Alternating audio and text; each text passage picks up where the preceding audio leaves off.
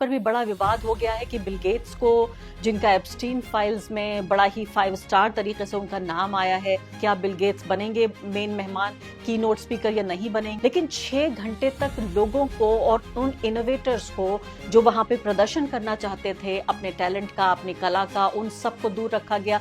क्या कुछ खोया हमने इन 6 घंटों में? देखिए, 6 घंटे अगर आपने किसी दिन में एग्जिबिटर्स को ही बाहर कर दिया क्योंकि प्रधानमंत्री को उधर चलना था आकाश अंबानी के साथ और उधर फोटो खींच के अपलोड होनी थी और गुणगान में सबको लगना था फिर से, वो तो गलत बात है मेरे हिसाब से।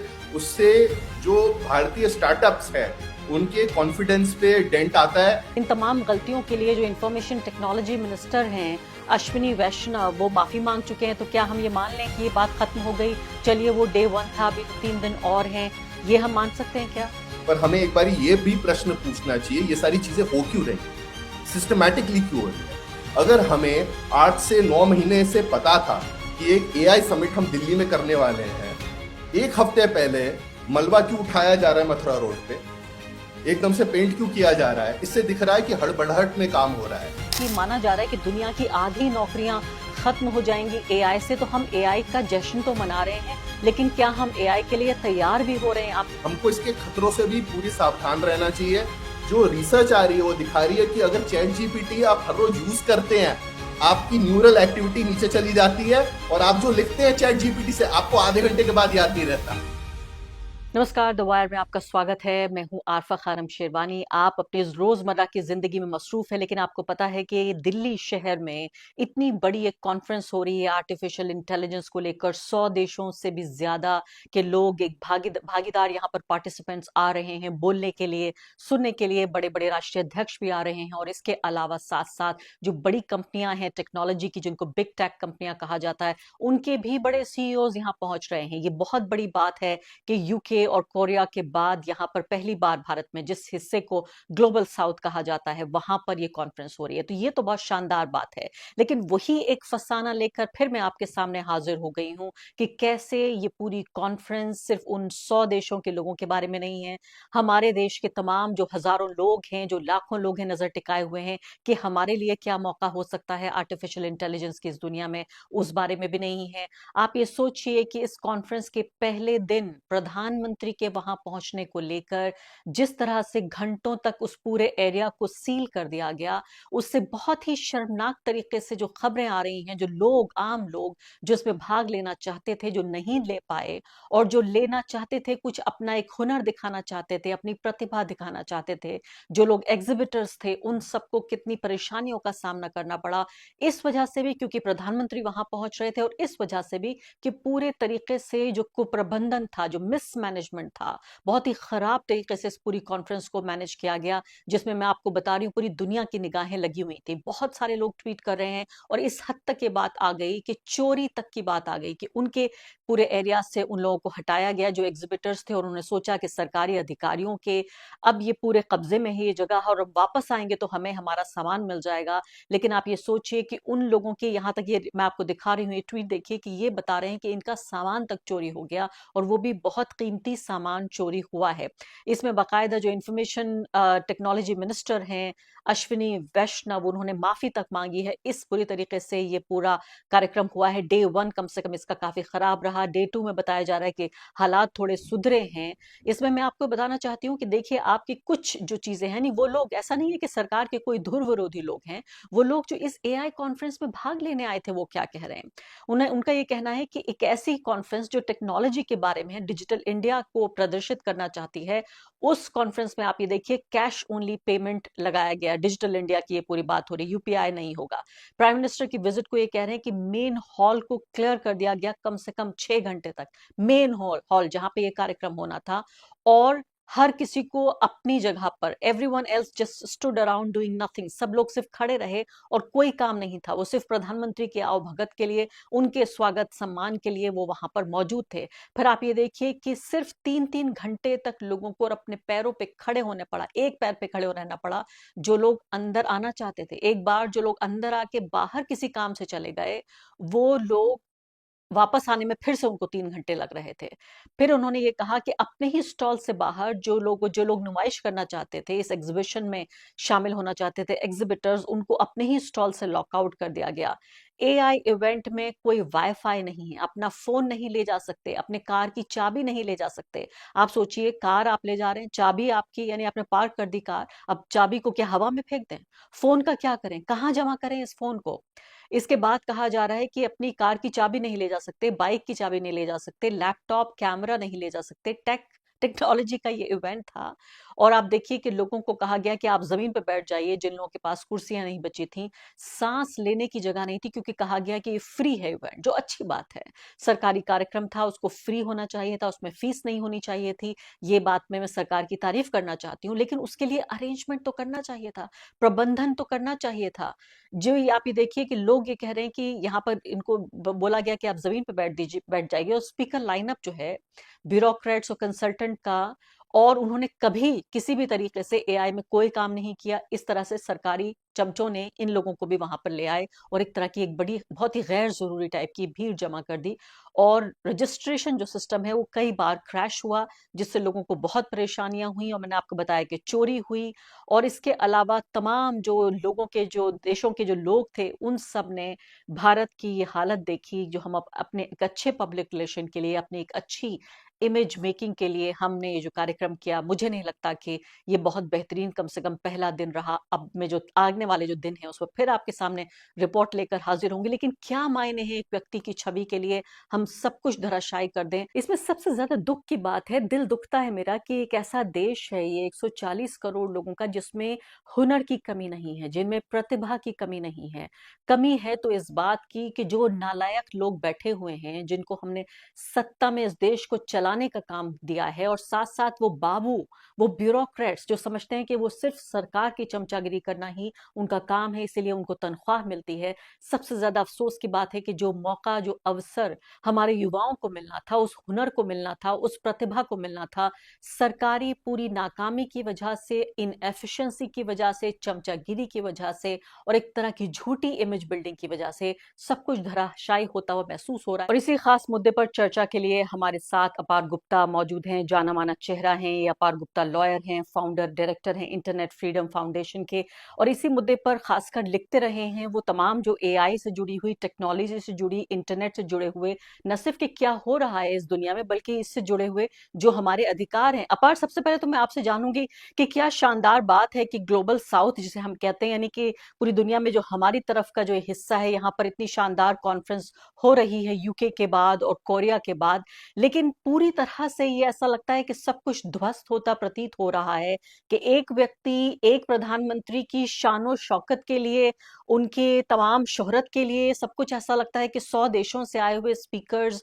और ये इतने हजारों पार्टिसिपेंट्स, ये सब सिर्फ उनके कदमों में ही बिछ रहे हैं।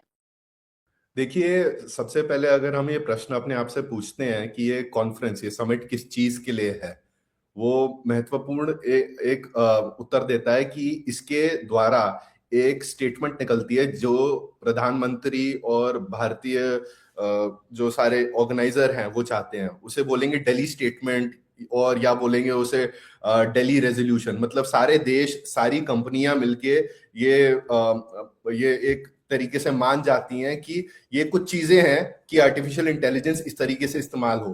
पर अगर हम देखें ये जो इवेंट, ये जो समिट हुआ है, मैं दिल्ली का वासी हूं, तो ऐसे ही एक और इवेंट हुआ था 2 साल पहले जिसका नाम G20 था।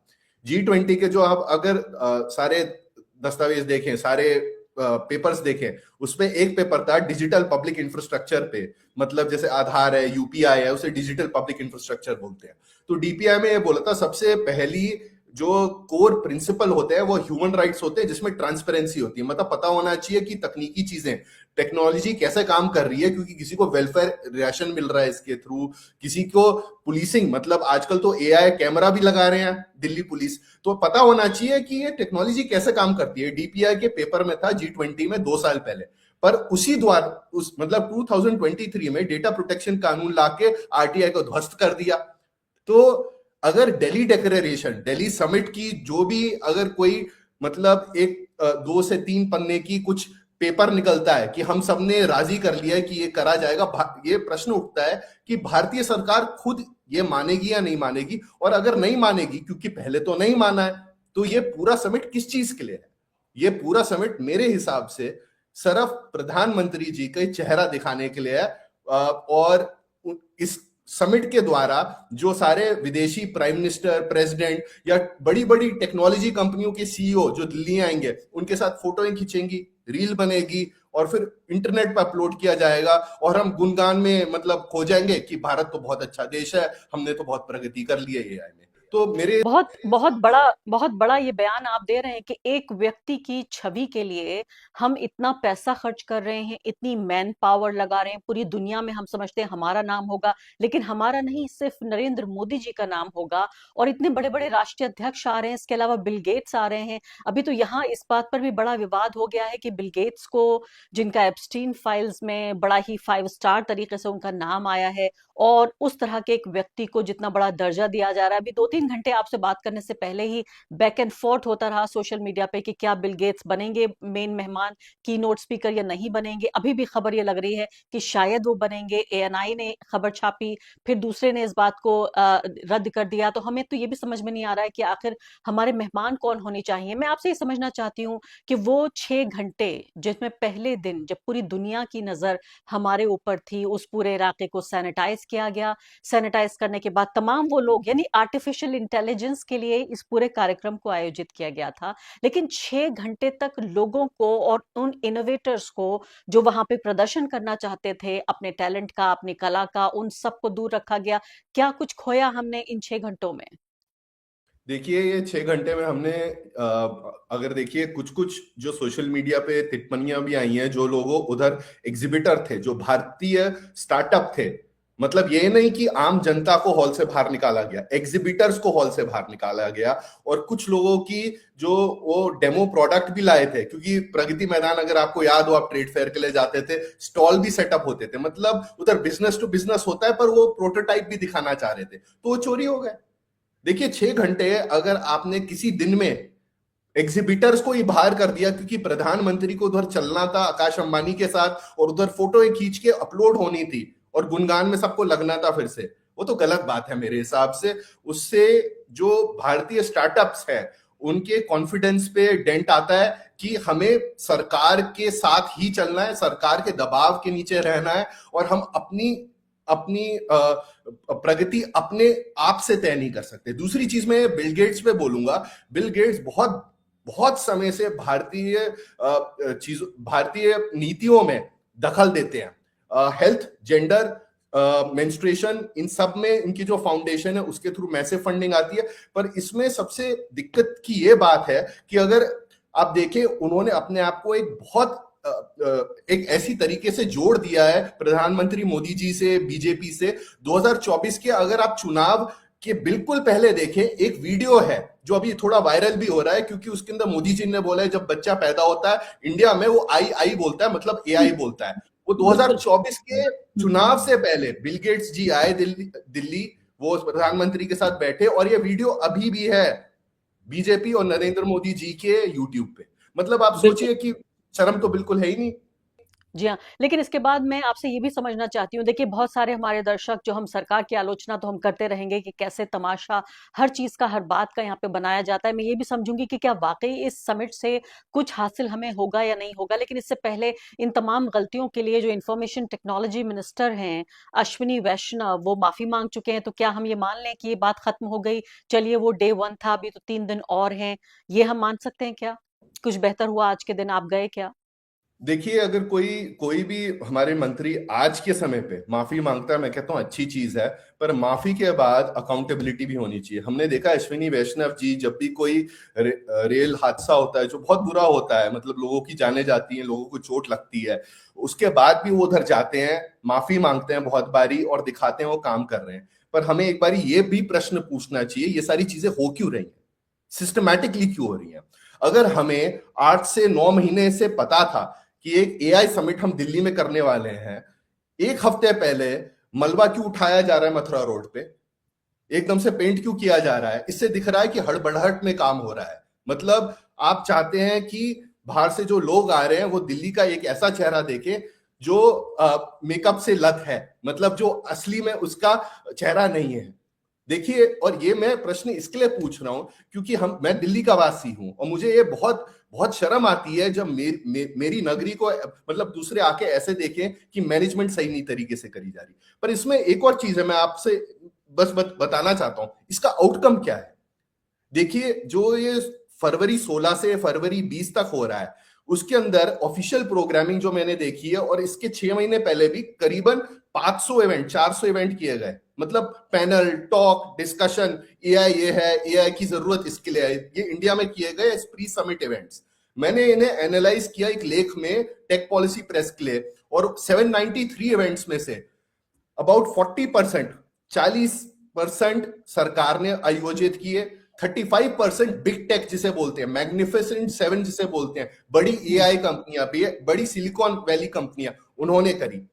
तो ज्यादातर तो प्रोग्रामिंग, ज्यादातर जो चीजें तय करी जा रही हैं वो तो सरकार और बड़ी कंपनियों की दृष्टियों से करी जा रही है।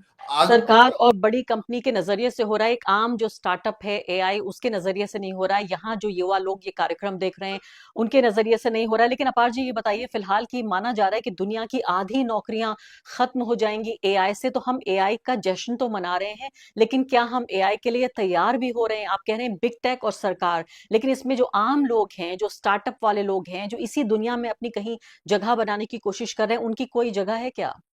देखिए, ऑफिशियल प्रोग्रामिंग के हिसाब से तो एआई जो समिट ये हो रहा है, बोल रहे हैं ग्लोबल साउथ में हो रहा है, it is to democratize AI, welfare for all, happiness for all. पर जब सबका भला होगा और सबको खुशी मिलेगी, हम ये जानते हैं बहुत बारी किसी को खुशी नहीं मिलती और किसी का भला नहीं होता। और इसमें बड़ा प्रश्न इसके लिए आता है क्योंकि एआई एक ऐसी तकनीक है जो मैं मानता हूं बहुत कुछ चीजें चेंज कर रही है। मतलब अगर कोई किसी का राशन एआई तय कर रही है, अगर किसी की क्रिमिनलिटी मतलब सीसीटीवी से एआई तय कर रही है कि इस आदमी ने ये एक कानून तोड़ा है, तो एआई की जो पब्लिक डिप्लॉयमेंट है हमें उसे क्वेश्चन करना पड़ेगा। और मैं एक और चीज आपको बोलूंगा, एआई के ये जश्न में हम जो घुस रहे हैं, आपने बिल्कुल सही बोला, हमको इसके खतरों से भी पूरी सावधान रहना चाहिए। जो रिसर्च आ रही है वो दिखा रही है कि अगर चैट जीपीटी आप हर रोज यूज करते हैं, आपकी न्यूरल एक्टिविटी नीचे चली जाती है और आप जो लिखते हैं चैट जीपीटी से आपको आधे घंटे के बाद याद नहीं रहता।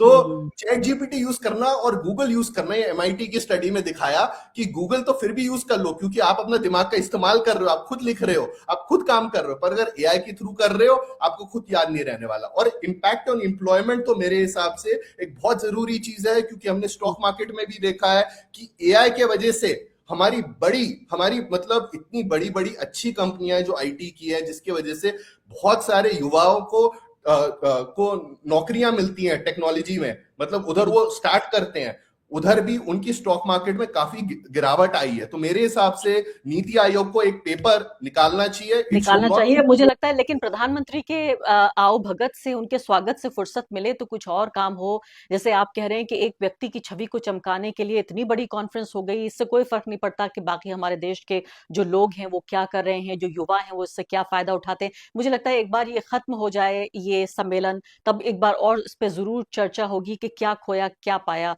अपार गुप्ता जी, फिलहाल बहुत बहुत शुक्रिया हमसे बातचीत के लिए। द वायर के और वीडियोस देखने के लिए सब्सक्राइब करें और बेल आइकन पर क्लिक करें। स्वतंत्र पत्रकारिता की आर्थिक मदद करने के लिए डिस्क्रिप्शन में दिए गए लिंक पर जाएं और अपनी राशि चुनें।